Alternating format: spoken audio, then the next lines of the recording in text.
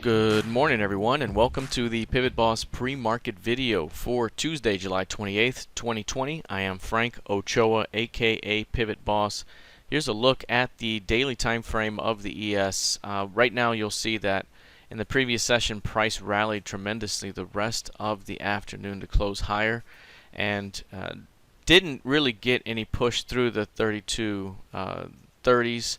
Again, that's an important level here, 32.35, to really start breaking through. Obviously, we did close beyond the 32.31 quarter, which is the top of the key range, but we're right back below it at the moment, approaching yesterday's mid. So yesterday's mid 32.13 half.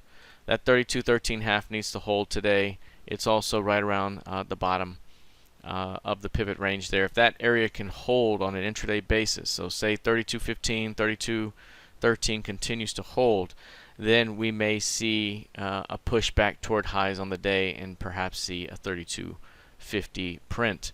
A failure to hold that 32.13 zone, though, opens up new lows into the previous session's lows and perhaps the previous week's lows. So right now, that's the key level to watch here, 32.13 half to 32.15.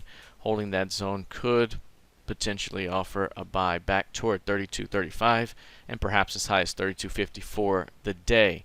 Now on a swing basis, you'll notice that price has pulled back into this PIMA trigger zone right here, which continues to be trending up.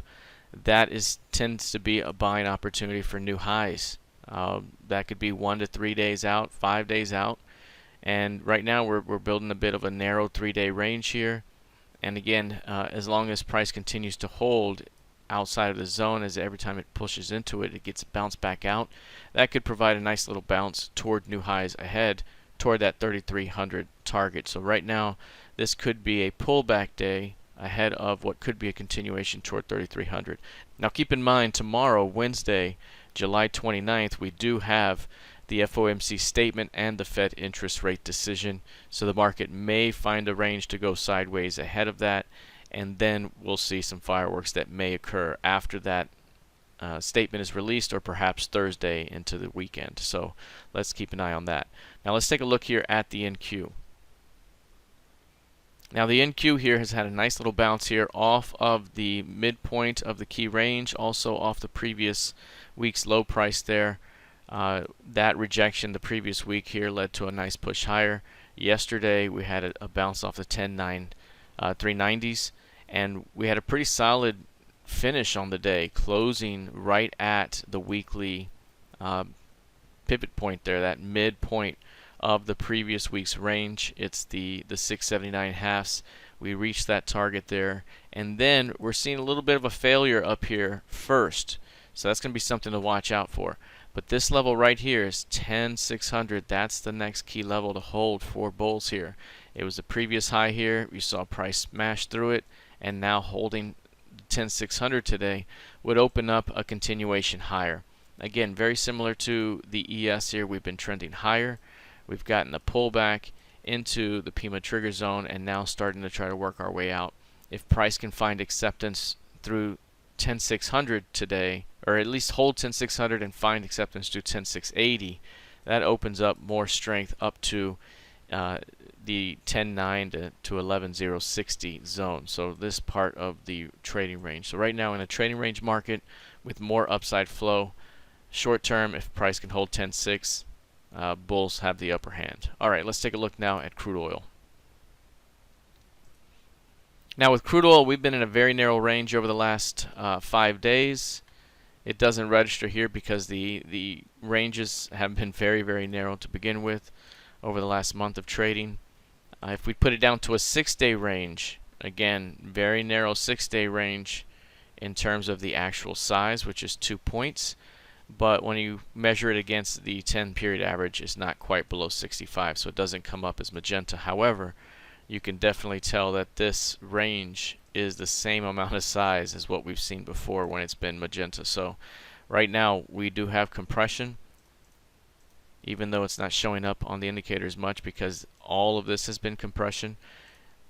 But for the most part, it's building energy at a spot here where it tends to have further upside bias. However, we're getting to a part where it's kind of developing this weird needle-like pattern here which can tend to break down, and not only break down hard, but very, very sharply, taking out multiple day lows, maybe multiple week lows in the course of a 1 to 3 day period. So any failure to hold the 40 half zone could be a major failure that opens up 38 below, 38.54, and perhaps as low as the 33s down here where the previous pivot low is. So it could be significant. Right now, again, we're just kind of building out that energy, and we'll see if there's a failure. Short term, holding the previous session's midpoint suggests more upside ahead for a continuation toward 42.50 to 43.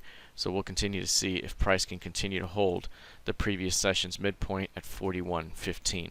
All right, let's take a look here at gold futures. Now with gold futures, this one has reached our 1957.70 target. This is a target we talked about for quite some time.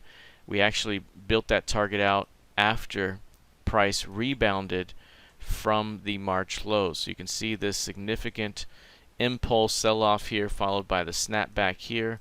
So right when we got that target, we mapped out two upside targets, 1831 and 1957. It's taken several months now, but you can see how price has reached both of those targets. Now again, with this range here, we could continue to forecast additional targets to the upside based off that impulse range. For example, the next one up could be 2021 followed by 2084s based off this range. For the most part, whenever you see a significant rally of this nature here to new territory and you get all of this thin traded stuff here, you tend to trade and auction back through those prices, and then you go back up. So we may be developing a brand new market structure level between 1830 and 1980. So with this strong top here, we may see a counter trend rotation downward. That could still be a buy for a move higher, and we may see trading range action in here before the next move occurs. So right now, watching for signs that this may be a strong top that could at least lead to the midpoint of this month's move, which would be 1870 as a snapback reaction target, and if not, then perhaps even across the range to 1830 for a bounce opportunity. So that's how we'll be looking at this right now. Obviously very, very strong right now, so wouldn't be selling it unless this top is in, and staying below 1940 to 1950 would go a long way towards suggesting that that top is in, at least in the near term. All right, that is it for now. We'll see how this plays out heading into the rest of the session. Good luck, trade well, and I'll see you in the trading room. Take care.